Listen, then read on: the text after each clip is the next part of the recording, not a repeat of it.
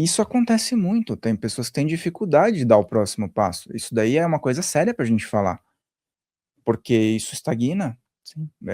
Assim, eu conheço muitos casos, a pessoa ela cria uma rotina, né, e como se fosse uma síndrome de Peter Pan.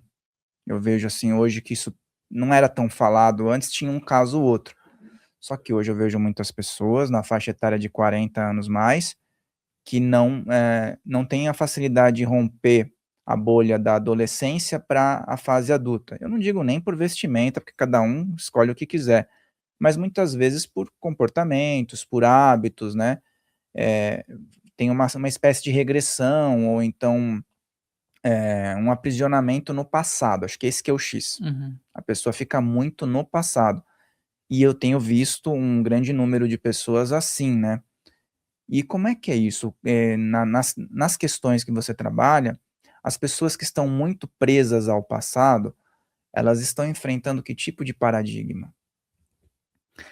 Olha, eu vou dizer, Fael, que essas pessoas não aparecem pra mim, porque normalmente essas pessoas não estão querendo resolver nada, entendeu?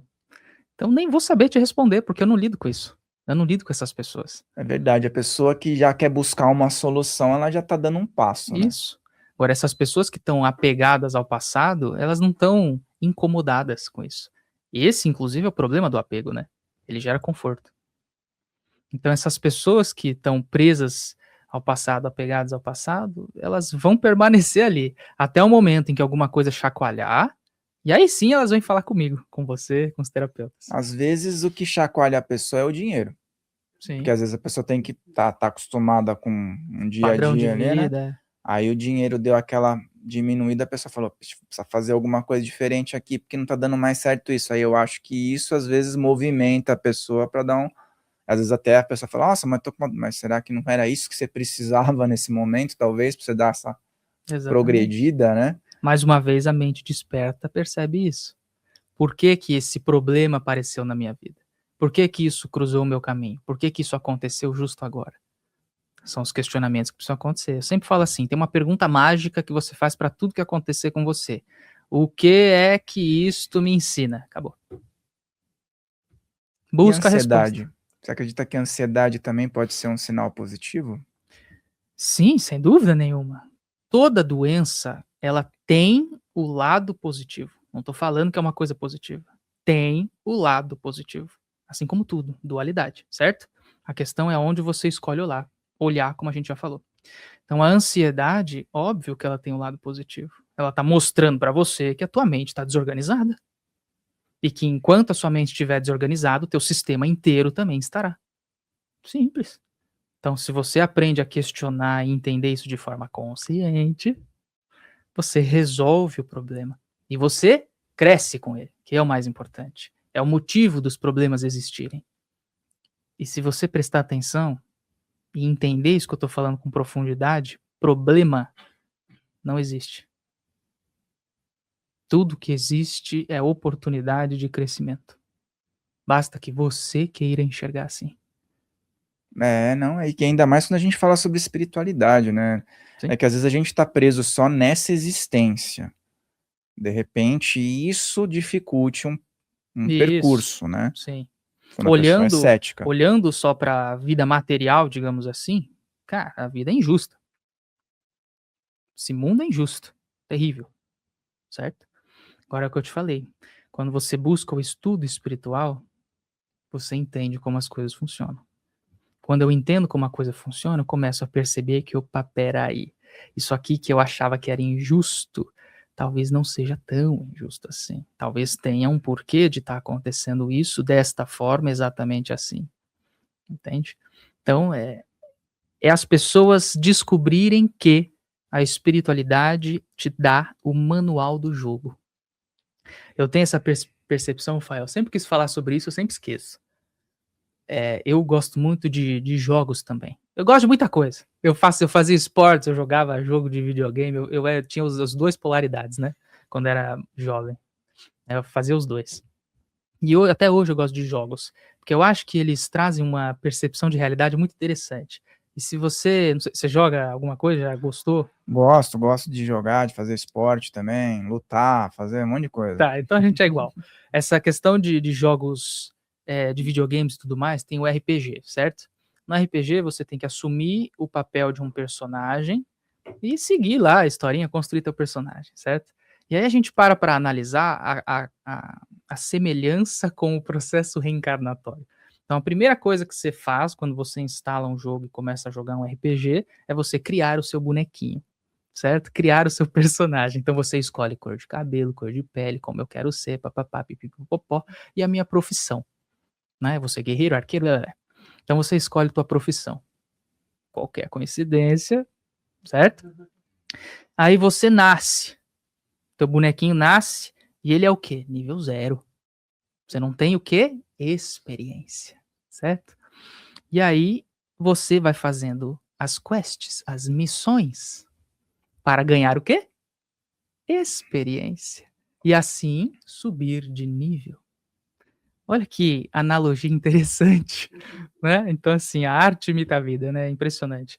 E aí a gente vai entendendo esse processo, né? Você vai melhorando seus equipamentos, você vai conhecendo pessoas, se juntando com grupos que vão te trair, que vão te ajudar e não sei o quê, e um te dá uma coisa que te ajuda e faz você conseguir conquistar outra coisa. Mas se você não entrar no jogo todo dia, o seu personagem não cresce.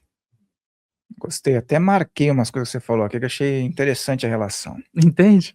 Então eu sempre quis falar isso, eu sempre esqueço, cara, lembrei hoje. Que bom. Tá explicando o jogo da vida de uma forma muito interessante. Não é? De uma gamificada, né, a forma moderna de falar, gamificado. Então a gente tem essas analogias nos jogos que eu particularmente acho muito interessante. Acho que é por isso que eu gosto, porque eu começo a entrar em realidades diferentes, né, e aí a gente vai fazendo essas analogias, fica interessante de perceber isso. Né, Magic, então e eu jogava Magic, cara, quando eu Magic era eu não joguei. criança, era com cartas, tal. Hoje eu nunca mais joguei e tal. Mas tem todos os elementos, tem várias questões do processo espiritual. E agora, depois de adulto, já que você tocou nesse ponto, né? Eu fui assistir Dragon Ball com a minha filha novamente. Quando era criança, eu assistia. E eu olhei aquele desenho, assim como outros desenhos, né?